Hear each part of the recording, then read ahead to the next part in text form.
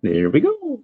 Hey everyone, how's it going? It is I, the real Randy Chavez, coming at you today with podcast number 245 with Chrissy Leota, who is a bunch of stuff. VC, you were in DC for a while, Capitol Hill, and now you've most recently partnered with Arsenal Partners, that was founded to support early stage startups through venture capital fundraising process. Definitely want to go over that. Everyone say hello to Dashi. Hello, Dashi. My fans get very upset if I don't mention Dashi. Anyway, Chrissy, how are you today? I'm good. How are you doing? Well, my hip is kind of destroyed. It reminds me of the time where my cat, I don't know if you've heard that theory that cat purrs like can heal you. And she Yes. healed my shoulder, and then she slept on my hip, and then the hip got destroyed. So cat giveth and cat taketh away. I'm a big believer in that. Okay, I'm going to reveal something that I normally lie about. So whenever people ask if I have pets, I usually say, I have two cats, because two cats is a very reasonable number, right? But I have three cats, and I'm like completely obsessed with them. So those are their little portraits. We have Walter, Elle, she's just got one eye, and then Bruce. So I normally just say I have two because that feels normal. But I actually have three. There is this old video from like 2010. It's called An Engineer's Guide to Cats. And he's like, sometimes when you're lonely, you get a cat. And then but when you're not there, you feel bad. So your cat needs a buddy. But every now and then they get tired of each other. So you want to put a third cat in the mix. And now you're suddenly a dude with all these cats. And I understand. I was a veterinary assistant for almost a decade before I joined the military. So I love these animals. Most of my net worth by 2030 will go into charity specifically for animals, which I guess that'll lead us to off the cuff here. You are obviously extremely successful at what I assume is a very young age. Have you given a thought to, it came out recently that Bill Gates is not going to give and Jackie Chan, both of them are not going to give anything to their kids. I think Bill Gates will give $10 million maybe to his kids. Jackie Chan's not going to give anything. Have you thought, and I know this is super morbid, and I'm so sorry, but No, when it's over, or at least towards the summer of your life, towards the fall, what do you tend to do with a lot of the wealth that you've accumulated now versus stuff that you will accumulate? Do you want to go in and just take care of your family for the next 3 generations? Do you want to go in and try to help raise the poverty or lower the poverty level so that this way more people are not in abject poverty? Tell us your ideas here. Ooh, that is heavy and deep. So I grew up very, very blue collar. I have 4 siblings. I shared a room with my 2 sisters. My 2 brothers shared a room, very, very blue collar.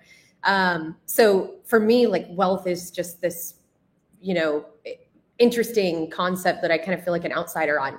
And so for me, I grew up very, very, pull yourself up by your own bootstraps, rely on yourself, rely on your education, rely on the people around you. And it wasn't really until I got older that I even understood the concept of being able to leverage the people around you and build your network, and your network is your net worth. And I really came to understand that.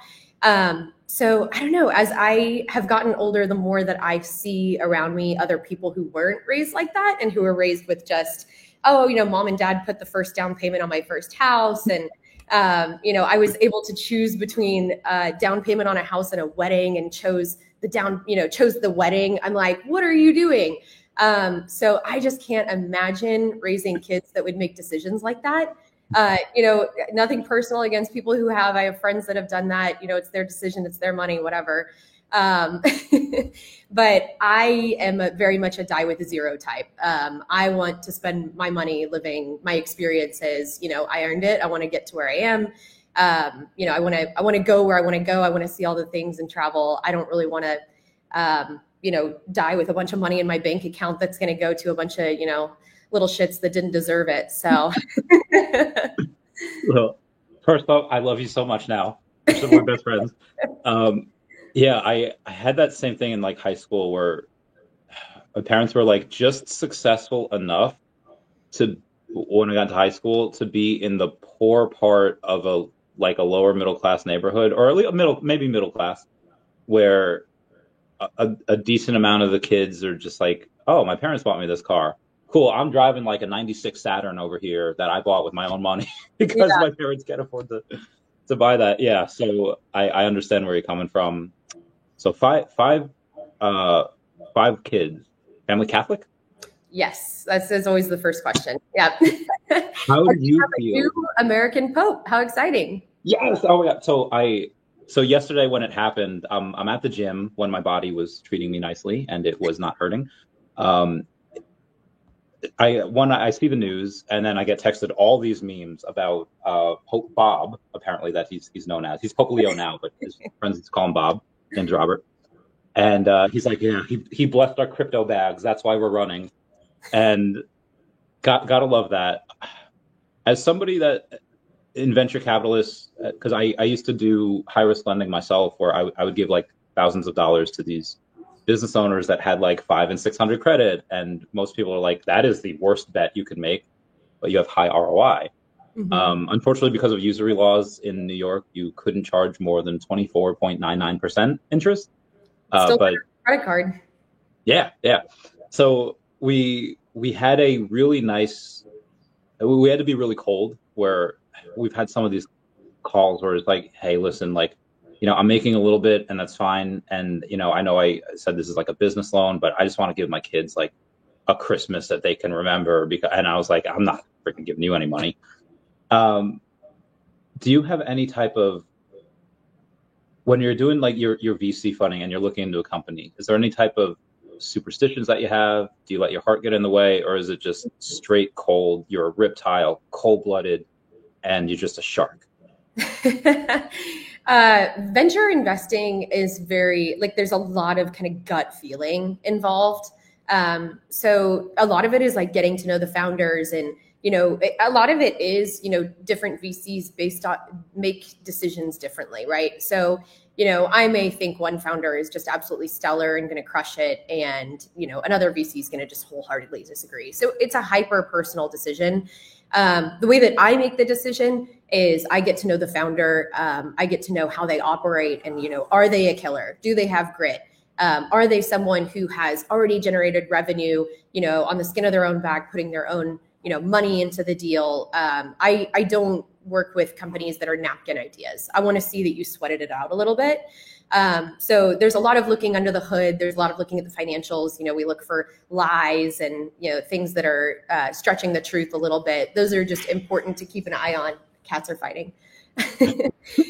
Important to keep an eye on, because that's, very telling for your long-term relationship. So in a way, it's a lot about, it's a game of poker. I mean, the founder is playing poker of, because no business is as good as they initially advertise, right? And so the founder is playing poker because they're coming to you going, I really need money. I really, I promise this is the best product ever, blah, blah, blah. And then you're coming back to them and it is a crapshoot. You're entirely right. So you really just have to trust your gut and hope that you're betting on the right horse. Because at the end of the day, it's a total crapshoot. I mean, there's basically in VC, you want to practice portfolio theory where 1 in 10 companies is really going to explode. Yeah. So from what I understand, and I haven't necessarily done VC funding yet, although I feel like with crypto, a lot of what you're doing is kind of VC funding. But from what I've gathered is that, let's say you invest in 10 companies, 7 of them are just going to wipe out and just be absolutely trash. You'll lose your money. 2 of them are going to be like, all right, you get your money back and they're okay. And they might be good long-term. And then you're hoping that one is like that Saturday Night Live skit where most of them are trash and some of them are okay, but that one is just going to be golden and people are going to remember that forever. Yeah. And again, that's what I gather. Is that a fair assessment? Oh, absolutely. Yeah. It's a numbers game. Yeah. So when you go and do that, so you're doing VC funding for companies that have been around for a while. I'm guessing you don't do any companies that are pre-revenue because you said you wanted to see them if they've sweated it out a little bit. What type of questions do you ask them? I like to, most people like ask them about like their business and stuff. I like to ask personal questions and kind of see if I can get them riled up a little bit, try to see what makes them tick. What type of questions do you ask? It really depends on the founder, and it depends on the type of company. So I do investing in, this is so random, but I do investing in aerospace and defense. My husband and I have an aerospace and defense company. So we're able to really meet those founders earlier on and follow their journey and, give advice to them and stuff like that. I worked on Capitol Hill in a member of Congress's policy shop, where I was working on defense appropriations and, other types of government, bureaucracy fixing, that kind of stuff. So I'm able to kind of understand a little bit of that background and how, aerospace and defense companies can generate revenue, even in the R&D stages. And so a lot of times I'll ask them about their contracts, and, we have ways of vetting and verifying those contracts. A lot of it's very public. And then I can help them. So that's the main thing is, I come in with the money, but that's a little bit less helpful than the connections. So, they need to be hiring lobbyists. They need to be, securing contracts. And so I can get them in with the right government partners and the right, I can help them interview lobbyists, because one group may be better for you than another group, but that doesn't mean they're the right group for, another company. And so I can help them kind of interview their lobbyist and see what, what's BS and what's not. And then on the other side of the coin, I do consumer investing. So I like that you're having wine right now, because I'm actually drinking a Cali Sober, which is a THC beverage. This one's pretty low dose. It's 5 milligram, if you can see on the can. Oh yeah, there's the 5 milligram. So it's 5 milligrams of THC. Yeah, cheers. I've actually put mine into a cup so you can see the color a little bit. It's grapefruit, so that makes it a breakfast drink. I am not a fan of grapefruit. When I think of grapefruit, I think of two things. That one episode in Kyle XY where Josh tries to say grapefruit, where he's in a pool, things are happening, and he tries to think of something to make things not happen. And then grapefruit in episode of Gilmore Girls, Lorelai's dad comes to town and he's like, you should always get a grapefruit. It's a great way to start your day. It has folic acid. I was like, oh my God, this freaking guy. I don't know if you've ever seen any of those. Yeah, I was going to say, Sanjay warned me that you love to talk about Gilmore Girls. So, all right. So instead of asking how old you are, because you should never ask a woman. I'm 30. It's okay. Oh, okay. I was going to ask what year you were. Not ask that if they're old. Oh, that's true. That's true. And I figured that you had you were younger than me. What animal are you in the Chinese zodiac? I don't know. How do I find that out? What year were you born in? Well, 94. Obviously, you said 94? Mm-hmm. And what month? December. Okay, so you are a dog. You're a pupper, and that's what you're not supposed to say to a woman. Well, in the Chinese zodiac, your spirit animal is a doggo. Or yeah, as millennials would say, a doggo. Yeah, so I feel like you'd get some of the references that I've said. I am the very last of the millennials. The millennial ends in December 1994. I thought there was a difference between like elder millennials, and then like the younger millennials up to like 99, or is that Gen Z? I think it flips to Gen Z in 95. I don't know. Someone correct us if we're wrong, but. I've kept up with like some of the lingo with Gen Z. Like instead of saying straight fire, I'll say, yo, that's gas. Or I'll say, but dude, Gen Alpha's new like vernacular, I can't keep up. It is wild. It's all skibbity and alpha and plus 1,000 aura, and I can't do it. I now feel old. I haven't been able to keep up in a long time. I've long given up on it. I mean, because you're doing stuff with super important people, and a lot of times when you're a bit younger and you're successful, you tend to spend time with a lot of people that are older and successful, which I guess brings me to another thing. So you said you were blue collar. Any of your family or immediate family in the military? Yeah, I mean, my dad served. My dad was an officer in the Army. And that was all before I was born. So he served, and then none of my siblings though, but they all had medical issues that prevented them from serving. My brother has type 1 diabetes. Oof, that is rough. The reason I asked that is because you you have, and I'd love to get, how long do I have you for before I kind of switch Uh, subjects? I hate to say it, but I can go probably as long as we booked for. Yeah, I blocked you off from it's 11 my time, so 11 to 12:30. Oh, okay, cool beans, cool beans.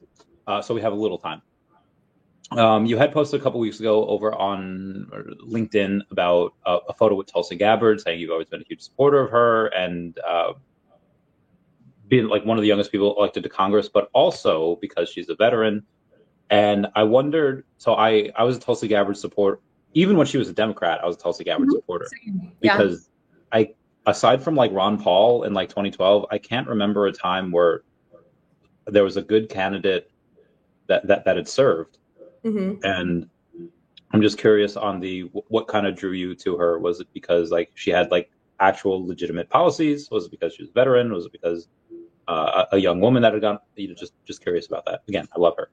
Yeah, I mean, to me, she just comes across as incredibly genuine. I've always kind of kept a pulse. I was raised very conservative, Mhm. but I've always kind of kept a pulse on, Democrats that I really like because I really love the idea of, split ticket. And like, I really, really want to support Democrats that I like because there's, like if you really claim that you are 100% whatever party you identify with, you're delusional. And so I always like the idea of supporting someone on the other side who resonates with me more than, on my side. And so I've always kind of kept a tab on, Dems that kind of stand out and are a little bit more, modern or centrist on a lot of their ideas. So I really, really just appreciated Tulsi. I'm also from Tulsa, Oklahoma. And so from day one, I was just like, oh, like her name's very similar to where I'm from. But I love that she served. I think it's just so badass when women actually sign up to serve. I know for me as a kid, it just never felt like an option. And I know that probably sounds really weird, but it was not something that ever crossed my mind, the idea of joining the military. It just felt, I was raised very, very girly. Like I wasn't allowed to, have short hair or anything like that. Like my parents are very conservative Catholic, traditional kind of roles. And so for me, it was never an option. And so to see someone later in life who had, accomplished that and, had done so much, like she actually served overseas. And I just thought she was so cool. And then her policies and her decision-making process, you can see it on her face. She's just very transparent, very well thought, very well spoken. And so I've just always appreciated her as a person more than, over politics. Yeah, agreed. And I feel like this has happened with a lot of people that were middle left or just middle in general, like where they haven't really changed, but the politics have, and middle left became kind of middle right over the last couple of years. And again, I love her. I love all the stuff that she has to do. Say, I think the only one person that I can think that was actually more transparent than her was like Justin Amash, who would like give out reasons why he would vote on certain ways, and yeah, agreed. But yeah, super conservative. I don't. A buddy of mine, really good friends with, love her. That her family's all super conservative, but they're like, yeah, you got to be girly, but also if you want to serve your country, you go and get that grid. Um, I know my parents would probably kill me for saying that because I'm sure they would have really appreciated if I did that. But it just I'm sure it was just a mental thing in my head. yeah, no, agreed. And I've seen videos of her like training and stuff. Like she's still got it. Like she can still like physically do a lot of the job. Yeah. Like I said, I would love someone that was in the military be in kind of politics. So I hope she gets better. I hope she gets in a position. I mean, obviously she's in a great position now. Yeah. And that's one of the other things. So as someone and as someone that goes into again VC funding, but also has to take into account like, hey, you're really smart, but this, and again, this is as you talking to someone that's the owner of a company is like, hey, you're really smart, you have these great ideas, but your politics are not. Maybe the CEO's politics are not great. How does that go into your decision? Being like, okay, well, if you're gonna vote like this, and this is what you want, how smart can you be if you want something that's going to be a net negative for the country? Ooh, that's a good question. I'm fully okay with disagreeing with someone. You know, I think what you're talking about delves a little bit deeper than politics. I think there's, you know, if they just fundamentally see the world differently, you know, I think my biggest priority in politics and in anything is true capitalism, conscious capitalism. And so I want to see companies that really think about that very holistically. And so I have a founder in my portfolio who is basically an anarchist. He's just like very anti-government. And I'm like, honestly, that's probably my favorite view, even though love you so much. He basically is just like, I want chaos, you know? And I'm cool with that, like organized chaos. I want people to just be able to do whatever the hell they want to do. And so, as long as someone's not like anti-capitalist, you can't operate a business and be profitable and do well if you're truly anti-capitalist. That's just not going to work. So I think there's already people who become entrepreneurs and start, quality businesses with a good business plan.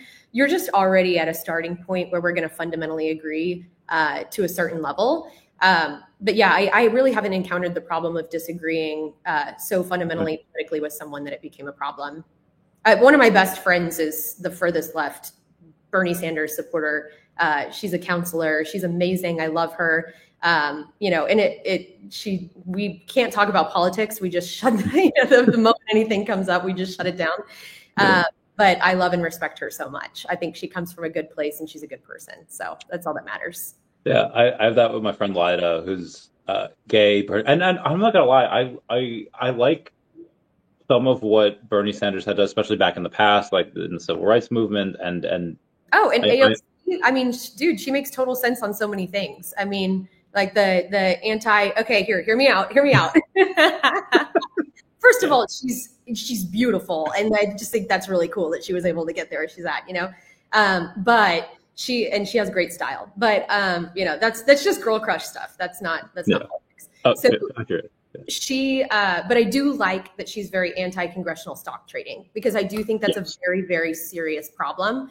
And I can appreciate that she's really crossing party lines to try and solve that. And I can appreciate that she's extremely genuine in that.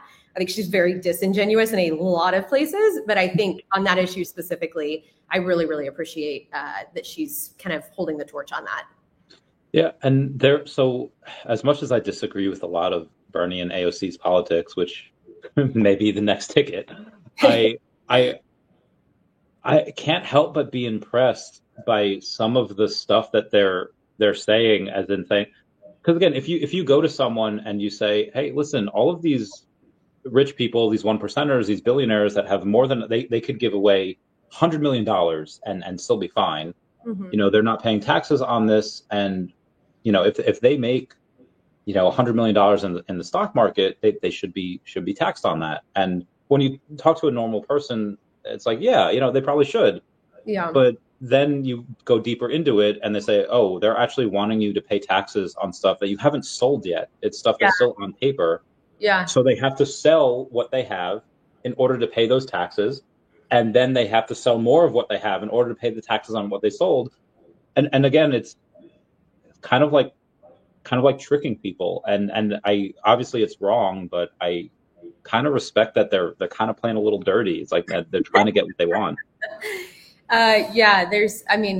Taxing unrealized capital gains is something that will impact everyone, and no one realizes that. I mean, your pension fund is currently in the stock market. If you're just a government employee, it's absolutely ridiculous to think that that's an acceptable solution. Yeah. So you have also served in the House of Reps as a senior legislative assistant. So I guess I'll start with a little bit of a silly question first, because I like to embrace whimsy, but it's also something I think people would want to know. I don't know if you've ever seen House of Cards. How close is that show to what actually happens in Washington? Well, okay, so I will start by saying I have tried many, many times to watch House of Cards, and I just can't get into it. I do. Okay, you know what I will say? The show that is most similar to, and spot on, dead similar. There's really two. One is Veep. Veep is truly the most similar to, it's the woman from Elaine from Seinfeld. Love her. Yeah, she's the vice president in that show. And that show, vastly similar, like to a T. And the other one is Alpha House. And Alpha House is a bunch of like congressmen who live in this house together. And it's like 4 Republican congressmen that are just, one of them's like in the closet and one of them's, his wife is super involved and all that. Both of those are by far the most similar. House of Cards, and Scandal and all the ones that have like, my understanding is House of Cards has like a bunch of murder and, behind the scenes scandal, stuff like that. I don't know. I mean, and we'll get to the Epstein stuff. We'll get to that. But my friend Greg said, I think the same thing about Alpha House. So Greg is, he was Biden's former campaign manager. Yeah. Super connected in DC. And I think he said like the same thing. So I guess that tracks. Yeah. Alpha House is like actually very, very similar. Yeah. Okay. That's wild. Okay. So I guess Trump's first 100 days have just passed, and people are asking me like, hey, how do you view that? And I love the fact that he finally, some of these deals are getting done. You have a bunch of these trade deals that are kind of waiting in the wings. He wanted to go and announce the UK first, and that's great. But one of the things, and when you were talking about that person that was like an anarchist, I love the idea of that. And I would want like a reality show of, hey, we have this island, we're full like, do you know what PorcFest is? What is it called? PorcFest? No, that could really go one of two ways. I mean, so it's short for Porcupine Freedom Festival, because the Libertarian Party, like their animal is a porcupine. Like, hey, leave me alone, and we're all good. Like pork. What is it called? Pork barrel spending. Yeah. Okay. Yeah. So libertarian concept. Yeah, that makes a lot of sense. So they have anarchists, voluntarists, libertarians, a bunch of people that are just kind of anti-government there. And it's in New Hampshire every year. It's complete open carry. It's complete, like anything goes. Like which is so strange, because like there's drugs, there's guns, but there's also like a place like, hey, here's where all the kids can come in and go to the pool and they play little like games or whatever. And everyone's super chill. Like, I don't think there's ever been like a crime ever committed outside of just everyone, just kind of taking certain substances. So I love that stuff. Crimes. Yeah, non-violent crimes. It's fine. But there's I forgot the question I was going to ask. I hate it when that happens. Oh yeah, we're talking about voluntarians and these people that are just complete anti-government. What I was kind of upset about in Trump's first 100 days, and I get it, he's super busy, released the JFK files, or at least some of the JFK files, which is fine. But there was no MLK files and there was no Epstein files. And I'm curious, is that just kind of a waste of time? Is that something that you think that people should know? And that's something that really affects a lot of culture? I just want to get your kind of opinions on that.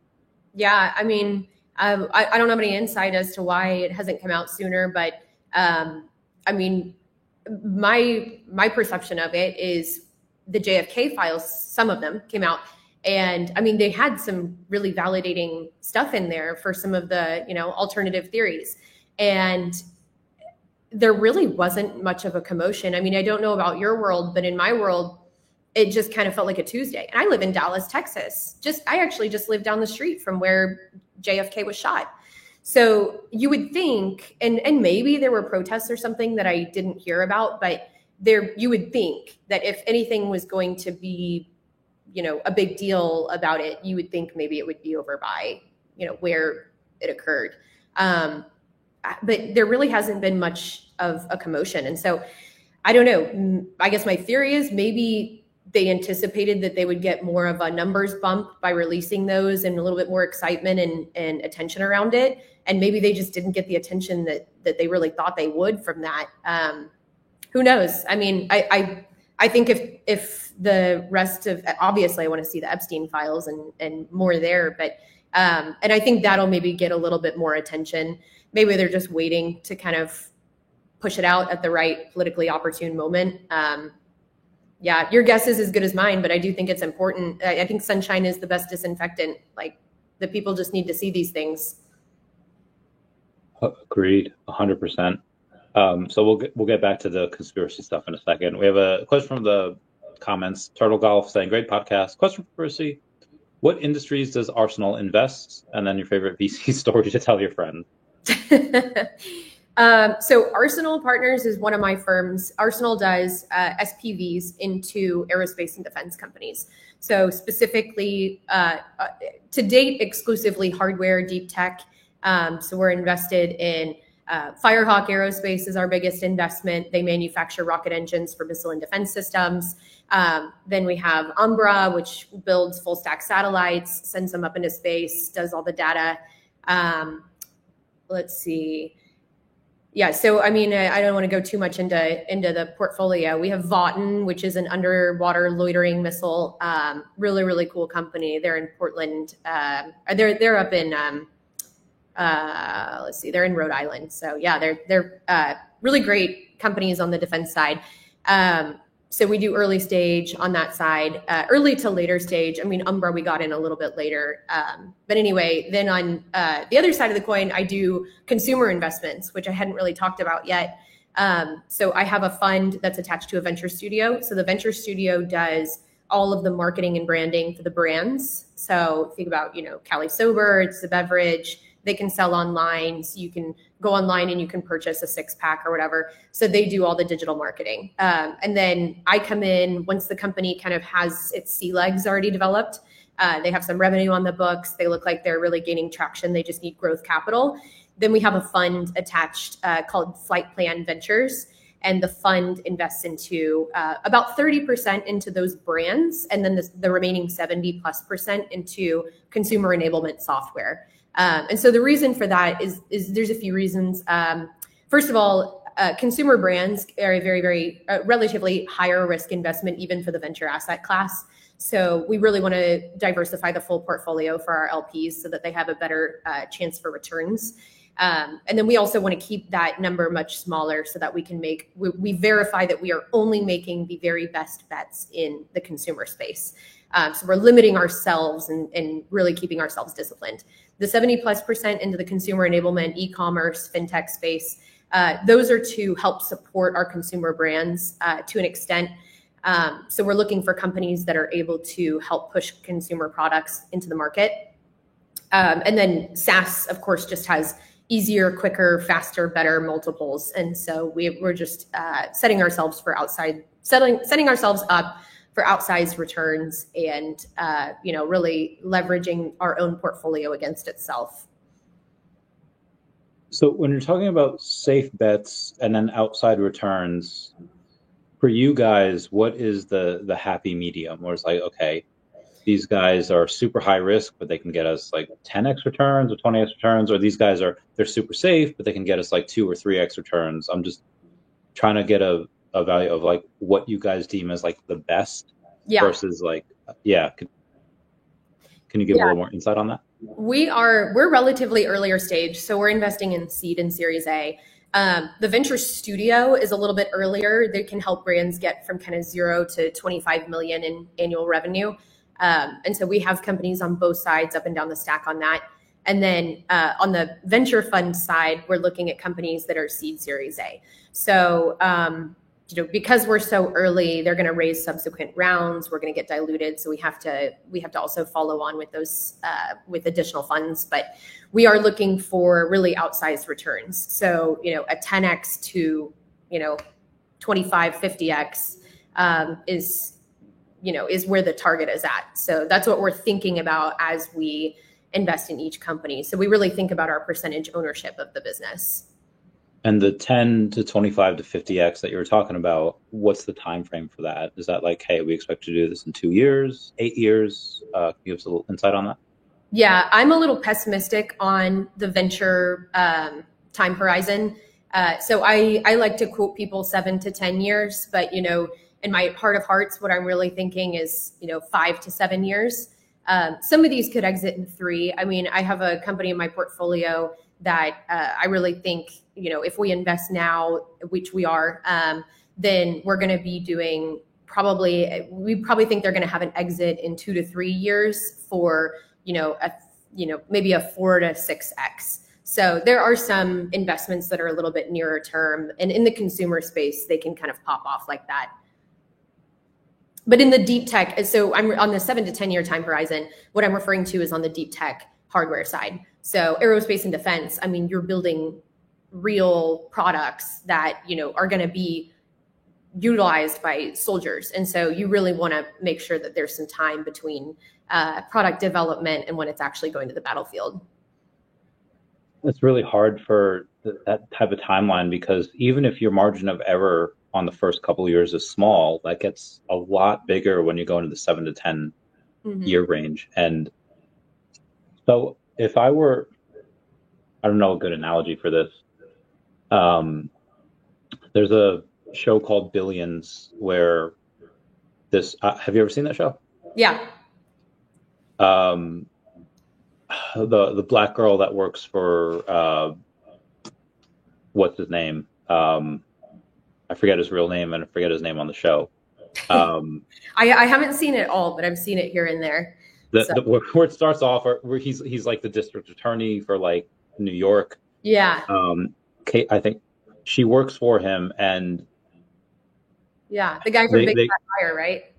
Yeah, it's a great show. Great Paul show. Giamatti. Yeah, I love Paul. Yeah, she works for Paul Giamatti, and she's talking about certain things, and the timeline is just it's hard. Again, the margin of error on something that big, it's just hard to kind of justify. So the 2 to 3 years where you go to the 4 to 6x, obviously that is much better than the 2 to 3 years on like the S&P 500 or the VOO or the SPY, something that tracks it. But how deeply has your company or you yourself taken a look at crypto and the cycles that it's done? Oh yeah, I am not a crypto expert, and so I leave the crypto investing up to my crypto friends. So I'm a borrower of advice on the crypto side. So I'm very much, I've got a few people that I call and text and say, what should I get into? And that's served me pretty well to date. One of my friends, actually, one of my best friends, Jill Klinvack, she's marrying Kyle Samani from Multicoin. And, he's always, of course, pushing Solana. And so he's always been like, invest in Solana. And so, but that's one that's done, quite well. Yeah, Solana is great. I think if you had purchased that like 18 months ago, you'd be up like a 12x, give or take, by now. Yeah. I think their bottom was like in like 2023. And obviously that's in like 18 months they've done that type of stuff. Obviously crypto goes in cycles relatively every 4 years. It does that. In the same way. And sorry to cut you off, but it's funny that you say that, the venture asset class is super high risk and all that, because I see crypto as highly volatile. And, I do invest in the space, but just personally, and I see it as kind of a riskier asset because I just, I don't really know what I'm doing when I'm investing in crypto. I'm just following other people's advice. So to me, it's like I can lean on my own expertise when I'm making venture investments. And I have a lot of friends that have exited companies. My husband and I have built a company from the ground up. And so I kind of know the signs of what's indicating a more successful company. Whereas in crypto, it's like, it's an asset. It's just a straight up asset that is, on an exchange, and it just kind of feels like more this item up in the cloud that you can't really see, touch, feel, and understand why it's moving the way that it is, other than, politics and, world events and things like that. So it just feels a little bit more like a question mark to me. Oh, sorry, couldn't get the right mute and unmute for me. So there's definitely reasons why you would be hugely successful in that. Because again, from QuickFi Capital, a company that I used to work with, I opened my own company under their umbrella in 2017 after I got out of the military. And it was, again, giving money to business owners like 500 or 600 credit. If you have a really good sense of who to invest in and why, and your thesis is strong, it's the same thing with crypto. It's just early VC investing. Like, so there's a company that I'm an affiliate for called Vivi, and they do really well. They gross between 300,000 and 400,000 a month. I think in May it'll be like a 500,000 because Star Wars month, all that jazz.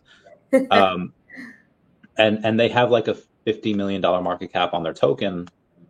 And I hold one of their biggest bags, but there's a company called Definity, which is adding more to their P&L per month than what Vivi is. And they have like a $4 million market cap. And I know the CEO, and I interview a lot of these guys, and most companies in crypto are trash.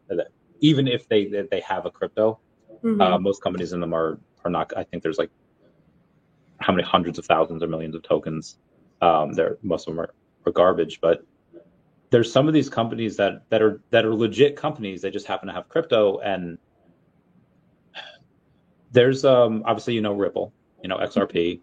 They bought a prime broker called Hidden Road for like 1.25 billion, and publicly there's nobody knows what they're doing per year. But even if they were doing 60 million per year, that's a 20x earnings of what they were doing, and I guarantee you they were not doing 60 million per year.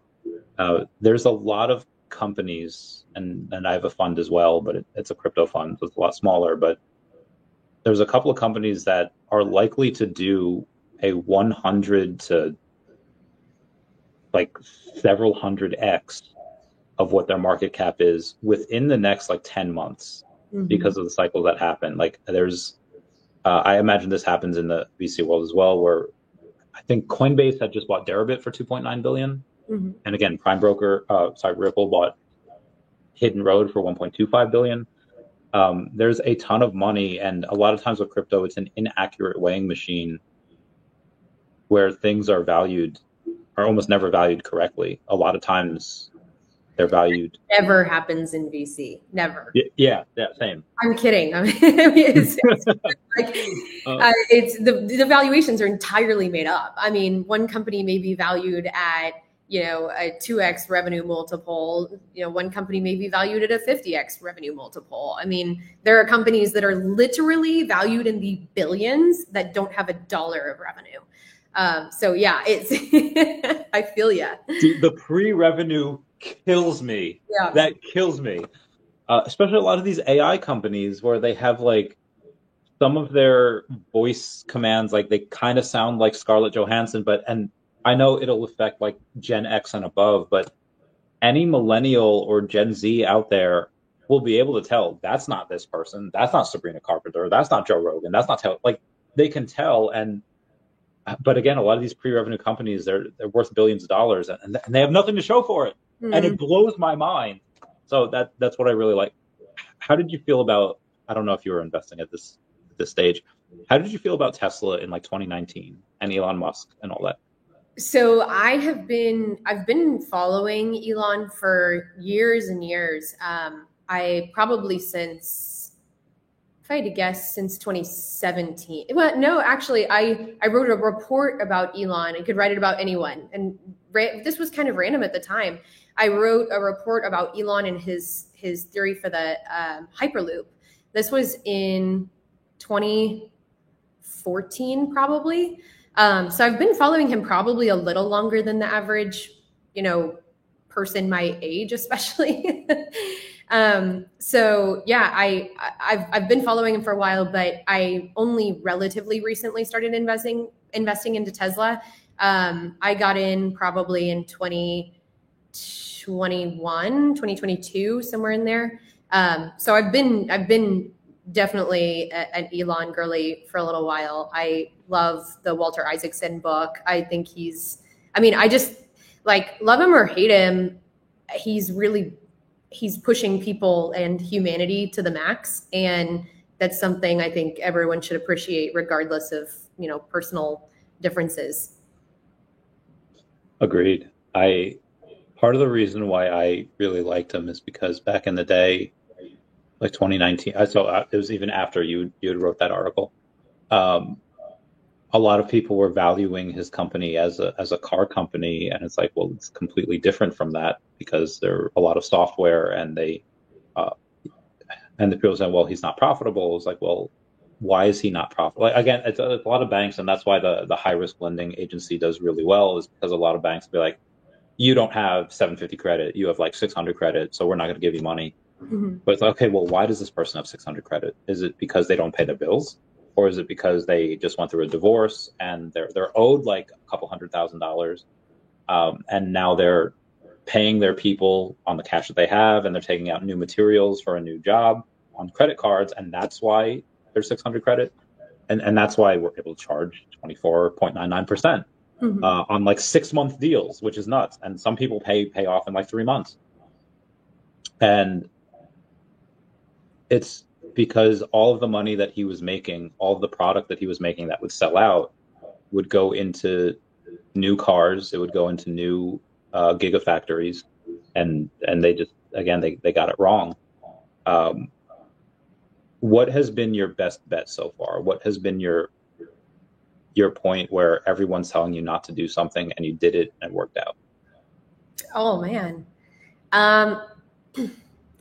I mean, probably that, I would say probably just because it's so personal, the company that my husband and I built from the ground up, Firehawk Aerospace, because it was, I mean, gosh, I can tell you some of the background on that story, but we were. Oh yes, do tell. We have time. Let's go. So he's not the technologist behind it. The technologist is his co-founder, Ron Jones, who had he's been kind of working on this idea, kind of tinkering away at it for years and years and years, and got some testing behind the product and all that kind of stuff. And honestly, that now is a very different product from what they're working on, just because that's part of the startup life cycle. Is you may end up to your first investors, working on one thing, but then that evolves as you refine the process. And, you kind of hope that it evolves because you do want the best product at the end of the day. And so anyway, he's known Ron Jones for years, and he had just wrapped up, he had an HR company that he was exiting to Microsoft.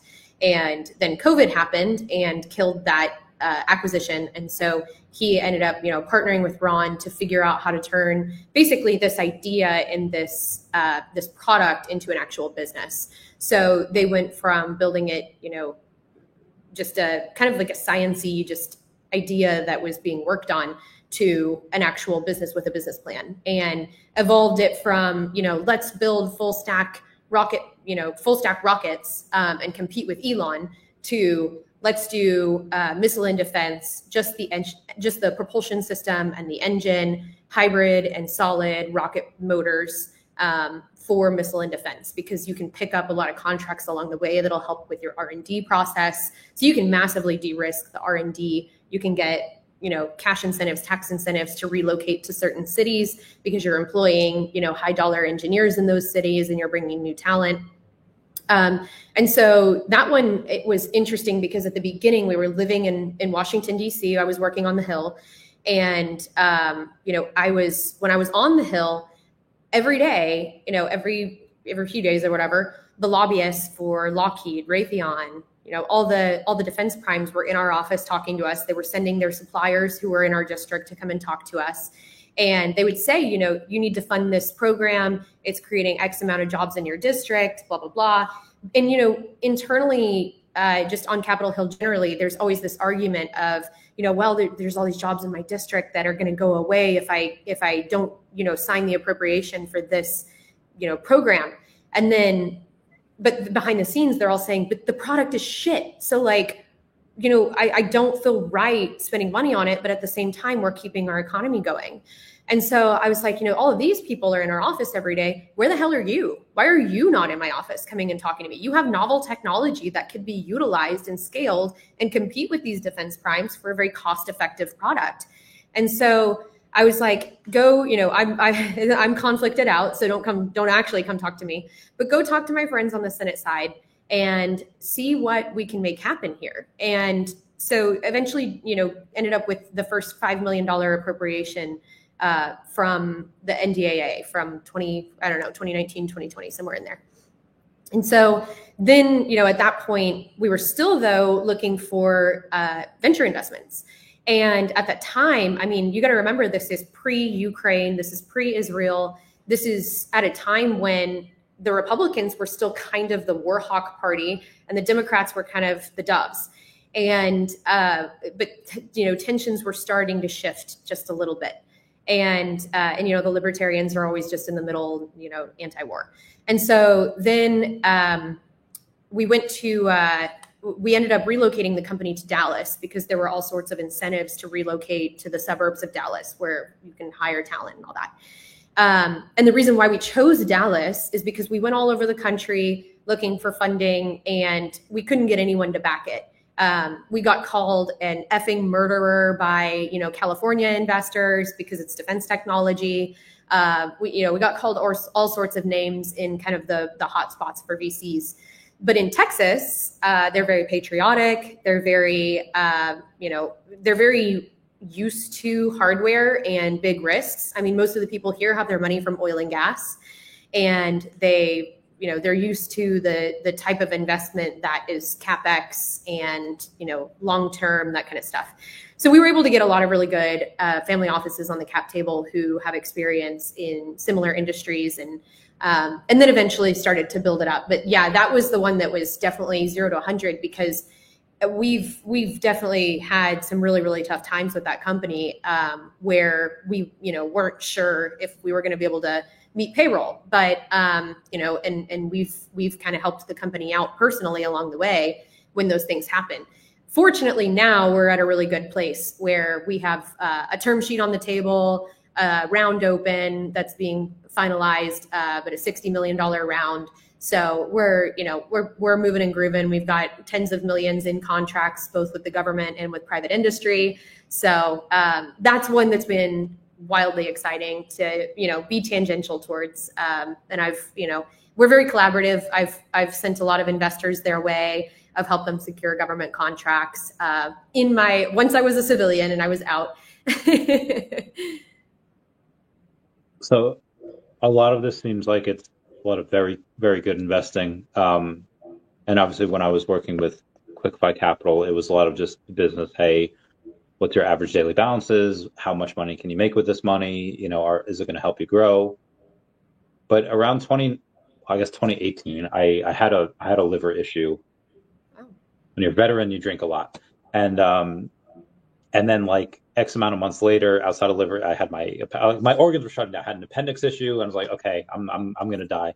So I went and I looked at Pokemon cards, and at the time it was a buyer's market where everything was kind of down. I bought things very cheap, and then by 2020, I was selling a lot of those things for a lot of money because everyone was getting those $1,200 checks. And it was a passion. It started off as a passion project, and then it ended up being like some of the most gains I got. Like I bought this one card for like 80,000. I sold it for like 279, and it was like that. That was my thing there. So, have you ever had like a passion project, something that doesn't seem that it would make a ton of money, and then it turns out to be, oh, hey, this is actually, going to make me a lot? Oh man, I mean the venture time horizons are, like we talked about, so long that I haven't had a venture example of that. I mean, I've had stuff that I'm really excited about that kind of is, does well quickly, but it's not an exit in the same way. So yeah, I mean, I haven't had anything like that yet, but that popped off and I've already, has materialized. Cool. There's a lot of APY staking and a bunch of different stuff with Shiro. There's Sharby. There, I think Pancake Swap had like 175 staking like years back. Have you ever? You posted on Twitter X amount of months ago. It's like, hey, stop introducing me to people just because they're like female. What's your gauge? Like, what's your low bar of like, hey, they need to meet these amount of requirements for to meet? Like how did I pass? Was it because of Sanjay? Was it because like, hey, I'm into crypto, and because that's not something that you're 100% familiar with? Yeah, I mean, I could talk about this all day. especially when you are like, and I don't know if you experience this when you're like a minority in your industry. Like I've always kind of been a minority in my industry, in politics, being a woman, and in VC being a woman. And so people just like, when they meet me out and about, it's so frustrating. Maybe it's a Dallas thing because it's very, you know, old boys club. But when people meet me and they're like, oh, you know, you're like, we click or whatever, their first inclination for whatever reason is to go like, the mental association is, I need to introduce you to another woman. Like, it's not, I need to introduce you to my best contacts, or I need to introduce you to this person that's helpful. It's like, oh, you're a young woman that's doing things. Let me introduce you to a young woman that's doing things. And I'm like, I don't give a shit about young women that are doing things. You know, like, make it relevant. Like, if it's someone that's just in a different category, you know, altogether, that's not useful for me. Like, don't waste my time. And so that's, you know, it just happens all the time, and it gets very frustrating. So I just hit a wall where I'm like, okay, you know, it needs to be worth my time in order for me to meet with someone. I'm happy to like meet with someone who's younger and inexperienced and all that, but they better come prepared. Like, they better, you know, be ready to, you know, talk about what they want to talk about. Like, the onus should not be on me to scrape the bottom of the barrel for conversation. So, you know, long story short, how I felt like this conversation was absolutely worth my time. I think Sanjay is the just most kindest, wonderful human. I mean, he's wildly smart. He's incredibly kind. Anyone that he says I should meet, I'm going to meet, just because I trust his judgment completely. And I watched, you know, I watched a few of your videos on YouTube too. So I was like, oh, he seems like someone I want to know. Seems cool. Which videos did you watch? I mean, I don't know how to like title them, but you were talking about comic books, and you were talking about VV and some of them. So I listened at like, I have this thing about Audible stuff. I can't listen at normal speed. So I'm at like, you know, 1.5. Yeah. So there's in my one of my groups, somebody is saying, look, Mom, I made it, because their comment is on the stream. So there's a lot to kind of go over and talk about there. There's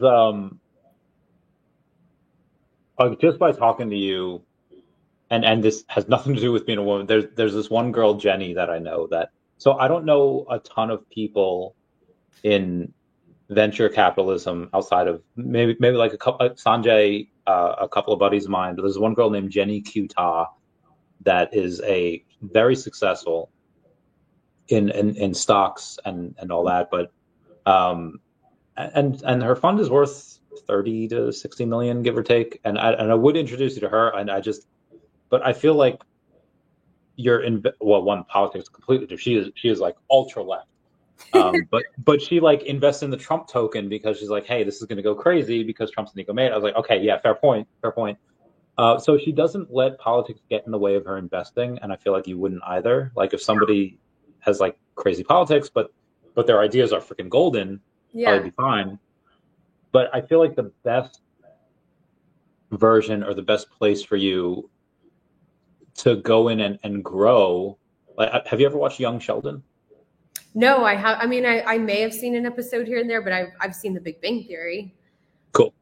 So in Young Sheldon, spoilers, at one point he goes from high school at like 11 to like East Texas Tech,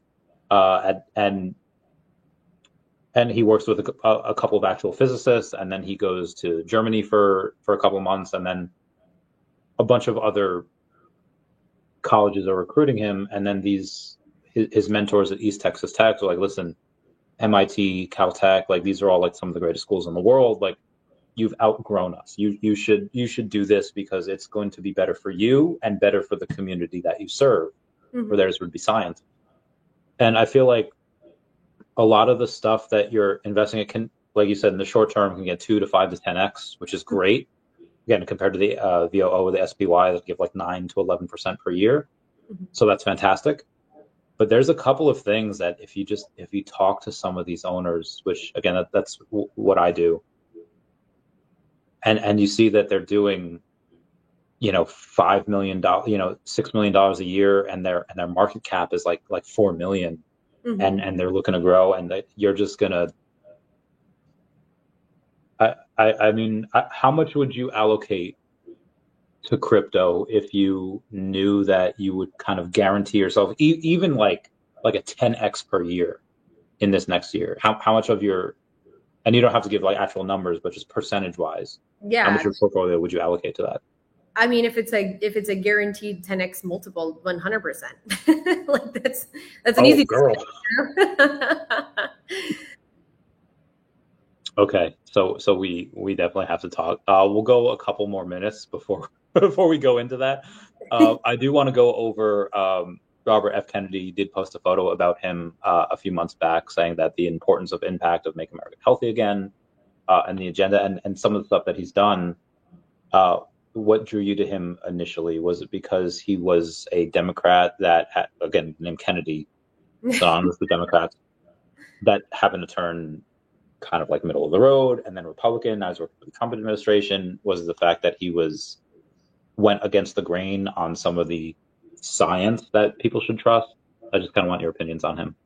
Yeah, I to be honest, I wasn't really paying attention to him until he really, it was when the last three candidates were left. And then the conversations with Trump started to happen.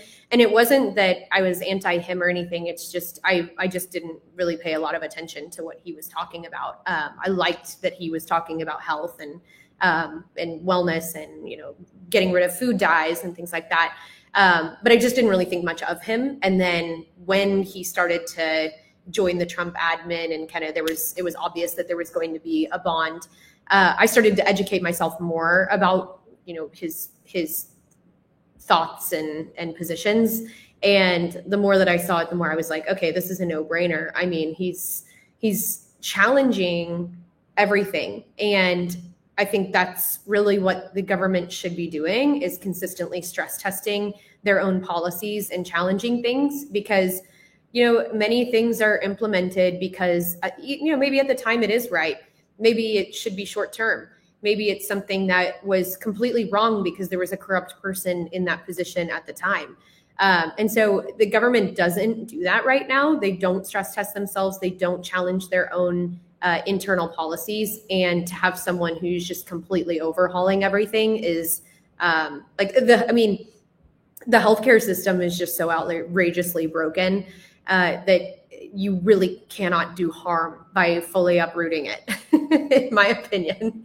I mean, if you just can look at everything and say, why is it this way?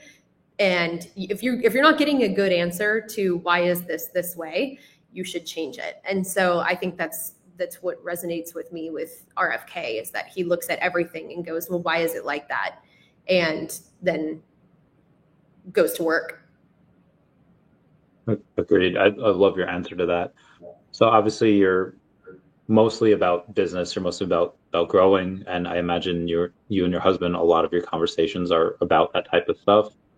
But in the, when the fanfare dies down, when the spotlight is off you, when you're not on a podcast, when you're not trying to grow your brand and to grow your company, if you do, and I hope you do, when you do ever goof off, what do you do? Is it like, let me watch a scary movie? Let me watch like a murder. I feel like a lot of women watch like murder documentaries. What do you do? Like kind of, when you have like a half a day, or even when you have like 3 minutes, what do you go and do? Oh, plot twist. I am murdering, actually. No. No, I in my off time, we're going to Wimbledon this summer. So we like to play tennis. We like to play pickleball. Recently got into pickleball. I hadn't actually been into that, but we've got a court now, and so we can go play anytime, which is great. But yeah, if I've got 3 minutes or whatever, but I love cigars. I'm a big cigar smoker. And so that's like me and my best friend, Emily, we smoke cigars together. And that's, when we hang out, that's what we do. So I love that. I've got hobbies on both sides of the spectrum. I've got ultra health hobbies. I love walking. Live in downtown Dallas specifically so that I can just walk everywhere. I got rid of my car so that I would like push myself to walk more, and I just Uber everywhere.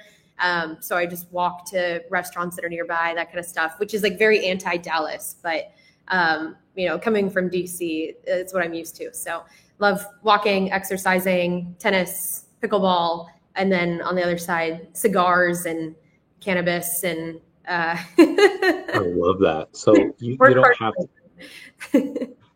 You don't have to answer this, and so obviously you're into cigars. And the first time I had a cigar was 2016. I was in Kuwait, and there was like nothing. You couldn't do anything there. You couldn't like leave the wire. Were you deployed at the time? Yes, and we just so on 4th of July, and I think it happened like a day prior, but there was an aircraft that came in. And on the manifest, it had all the stuff that was in there. But when cargo broke the pallet down, there's a bunch of cases of beer that were here that were not on the manifest. Let's give it to people. And there were some cigars, and we had our feet in a kiddie pool, and we had a beer and cigar. And it was the greatest 4th of July. Well, there's a couple times where there was more. But how do you feel about stuff that could potentially... And you could use it on many different ways on how to have fun and how to make certain experiences better. But how do you feel about potentially certain stuff like psychedelics, like psilocybin, like LSD, that could, how do you feel about that? Is that something that should be explored? Is that something you should stay away from? What are your thoughts? Yeah, absolutely explore. I mean, the fact that our government is telling us not to look into things, that's what I want to look into. Like, if the government tells me no, I immediately want to, I immediately want to learn more. I want to know why. Thank you so much for that. Cause that I 100% agree. 100% love that stuff. So last year, Nancy Mace had told everyone, or I guess she was questioning whoever was in charge of whatever for like the UFOs or unmanned aerial project, UAPs. Yeah. And she said like, hey, when you guys recovered some of these aircraft, who was the pilots? And then the person that was in charge of it said, well, they were non-human biologicals. To me, because I love like the Bigfoot stories and I love these conspiracy theories, like I would love to believe that the non-human biologicals they were referring to are something like aliens. But for someone that's been in Washington, what's your thoughts on that? Is it like, that's just they're saying for something else, or could it be the fourth kind? I think it's. I mean, and I never worked on any of the committees that dove into that kind of stuff. So my background doesn't really give me a lot of intel on this subject. But what I do know is it's like when she's asking those kinds of questions, it's because she has very little more information than what's already out there. And I think the hearing that you're referring to, that information was fully public anyway. And so everything that she was questioning about was all public. She had the same amount of information. And they'll give them brief, like they'll give them backgrounders and all that kind of stuff so they can learn more about the subject before they go into the hearing. But your guess is as good as mine. We don't know. I have no idea what's going on at Area 51. I have no idea what's going on up in space. I do hope that there's aliens, but I guess I hope and I don't hope, because if there's aliens, they're probably significantly smarter than us. So we'll see if they're benevolent. I would love that. Yeah. Again, those types of things, and I recognize that I want to believe, but there's a buddy of mine that's super close to like both administrations, current and last one. And I'd asked him like, and again, there's nothing recording on us. We were like in the woods, and I was like, hey, like, are there aliens? And he knows because I was in the military and I can clearly keep a lot of these top secret stuff. I wasn't Yankee white clearance, but he knew I could keep a secret. And he could have very well just said, be like, it was above my pay grade, or it's like, I don't know, that's not my department. But he said, like, well, when Trump was president, like, he couldn't keep a secret. So if there was any, he would have told you, like, right? And he said it in a way that's like, okay, clearly you're lying about this. And I want to believe. If let's say if they were public about it and Yeah. aliens came down and said, like, take me to the most competent person, most open-minded person, the person that would be best for humanity, who would you bring them to? Oh, wow. That's a really good question. Well, I've had a couple beers, so. Yeah. Suddenly my mind is the blankest it's ever been. I literally, it's like, have you seen that video of that guy that just yells at people on the street? And he goes up to this woman that's on the street and he goes, name a woman. And she's like, he's like, name a woman. And she literally can't name a woman. Like, not one woman ever. Okay. So I'll substitute with, I think, an even better question. How would you describe humanity to aliens? And how would you convince them that we're worth saving? Wow. That's assuming I can communicate with them, I guess. Yeah, assuming they know English. Yeah. Through the World Wide Web. That's a Transformers reference, by the way. I guess if I'm thinking just off the cusp, how do we keep ourselves alive?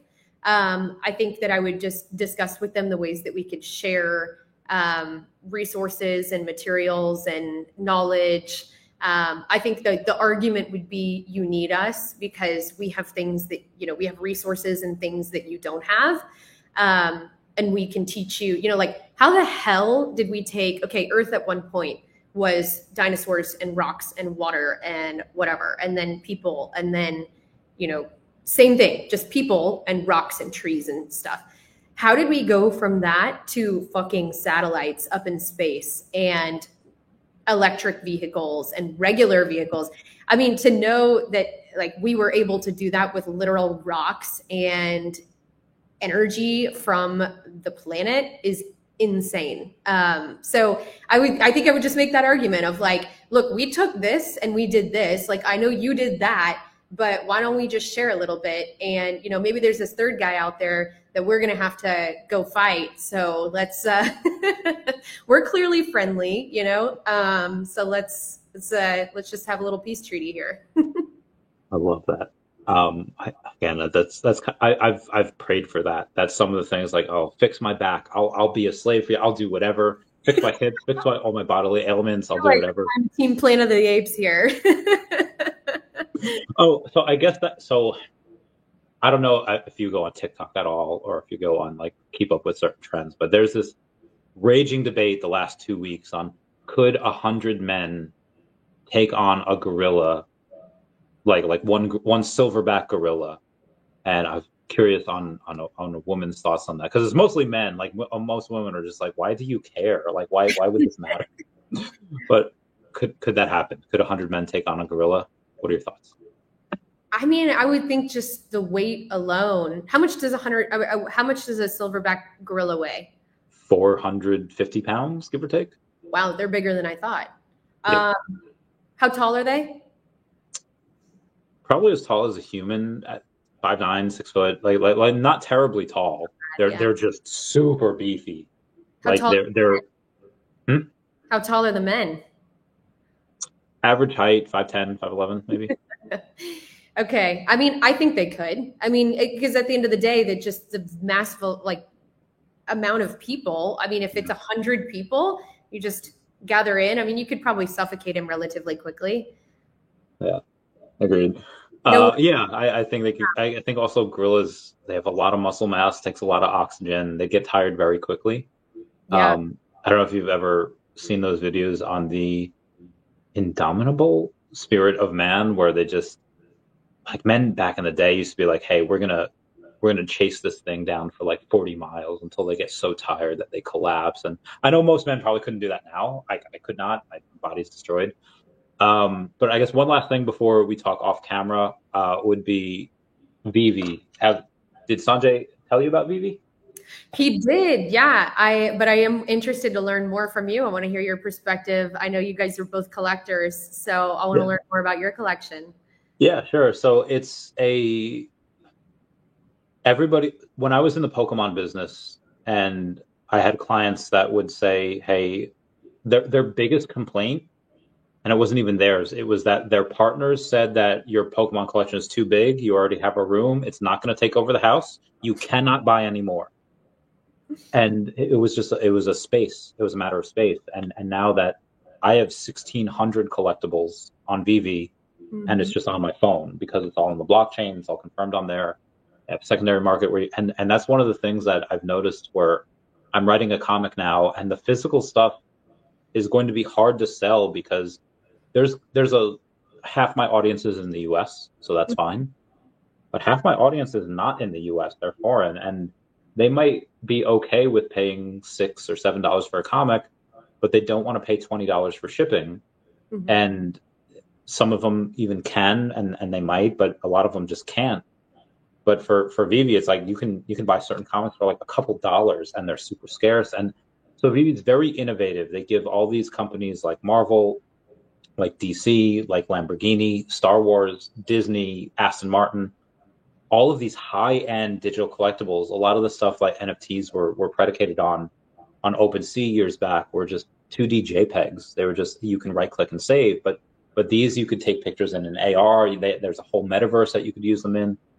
So they're very innovative. They're very vertically integrated, and they could raise tens of millions of dollars whenever they wanted, but they don't need to, because they're still grossing hundreds of thousands of dollars per month.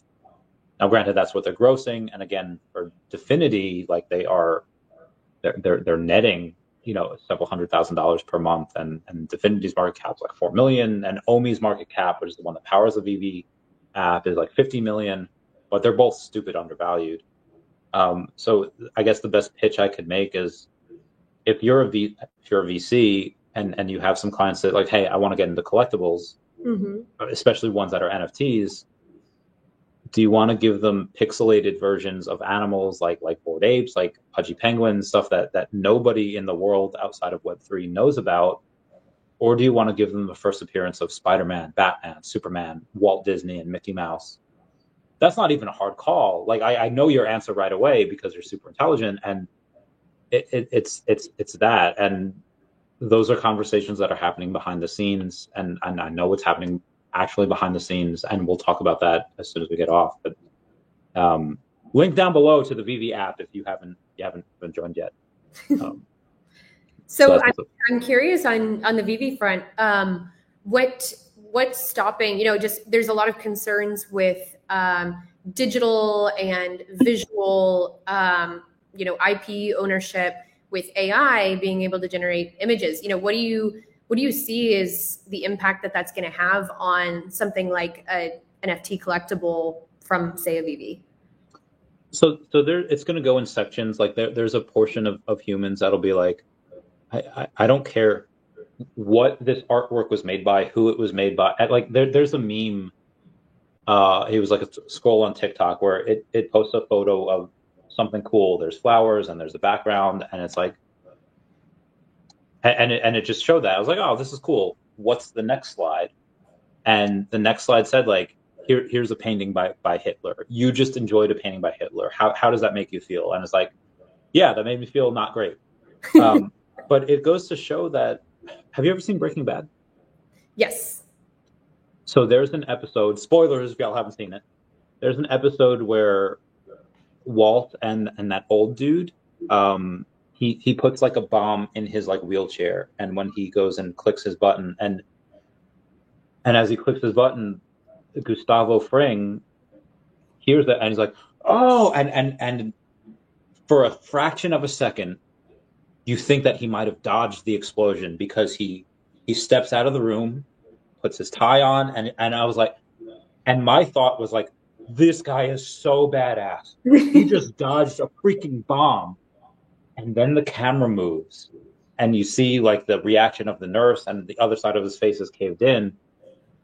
And that held a mirror to humanity of, how did you feel about this killer, this person that has destroyed hundreds of, probably thousands of lives? Mm-hmm. How did you feel about him surviving? And then it turns out, okay, no, actually he didn't survive, but what did you think in that fraction of a second? Mm-hmm. So all of these companies that what they're doing. I'm sorry, give me that question again. I went off on a tangent. How do you think that AI is going to impact IP around NFTs? Okay, so people are going to feel one way about, they're just going to think like this is great, and they're not going to care on who it's about. But in the same way that a lot of older conservatives and a lot of people that are super across America, they're like, well, I don't care if I get like a slightly lesser product. I'm going to buy American as opposed to these Chinese, and they could be racist. It could be just patriotism. It could just be like, I'm going to make sure that America gets this money. And there are going to be people, probably the older crowd, that are going to be like, I don't want anything made by a computer. Like I don't know it. I don't trust it. I don't like it. I'm gonna buy human made. And there are a bunch of artists that are pushing that narrative, that are saying, hey, yes, you can get something that is cheaper here, and it could look fine, but it's artificial, it's fake, it's not real. It was made by something that we don't quite understand yet. But this, and it happens with physical products too, where you say like, this piece of a bowl, or this piece of a counter, it has a little chip in it, or has a little chink in the design, and you can tell it was made by a human. You can tell it was made by a hardworking person that put their heart and soul into something. And it's like Jamie Alexander, and I don't know why I'm using this. Jamie Alexander is like a beautiful person. She plays Sif in Marvel, and she plays Jessie in Kyle XY. And it's said that like she has like a kind of like a mole right here, like a little tiny like mole, and it's like even her imperfections are perfect. And a lot of people will look at certain imperfections and they'll say like, that's what makes it human, because humans aren't perfect. Humans are real, and that's what they can relate to. That's why Spider-Man is like is the most popular superhero in the world, is because he's flawed. He's human. He's poor like everyone else. He's from New York, and it's that's why people a lot of times root for him over other people. And I think that these AI stuff, that is going to be too perfect. Like when you go to a mechanic, do you want to see someone that's like in this super clean suit and this super clean stuff that has no marks on his hand, like that Billy Joel song, like you have no scars on your face and we all react to like, do you want to see someone like that has never done anything, that has never made a mistake? Or do you want to see someone that has made these mistakes and has learned from it? And I realize I've gone on a huge tangent there, but there will be that divide. I don't know if 80% of people will want the human stuff, or if 80% of people won't care and they just want what looks good. It's a big question, but Vivi is clearly the forefront of all of these major brands that are going to go in and say like, hey, I mean, you could have anything like Steamboat Willie was in the last year that had gone into the public domain, like even like Winnie the Pooh. You have Winnie the Pooh Blood and Honey, you have Bambi the Reckoning, you have all these things that a bunch of other people can make like horror movies of, and they do okay. I love those movies, but most people are going to go for like the original, like, hey, this is officially licensed. And again, I feel like I've gone way too far over here, but that's my response. Yeah, I see where you're coming from. I think the NFT version of this is very similar to the real world version of this. I mean, I have a favorite artist who's a photographer. His name's Knox Cronenberg, and he does a lot of, kind of staged and landscape photos, like cowboys playing poker in front of an oil rig. The one that I own is cowboys playing poker with a bowl in the room, and it's if you don't know who the bullshitter in the room, then it's probably you. And so I think original art, there's a lot to be said about that, and I think that's probably going to translate into the digital world. So it makes a lot of sense. Agreed. Before we go off camera, anything you want to say before we do that to the small 151 people that are here, but the thousands that will view this after the fact? Man, I don't have much to say, but thank you so much for having me, Randy, and thank you to Sanjay for making the introduction. I really appreciate you taking the time to get to know me a little better, and I appreciate everyone for tuning in. Yeah, thank you so much, and we'll talk off camera for a bit. Thank you, everyone. Everyone say bye-bye to Dashi. Bye-bye, Dashi. This has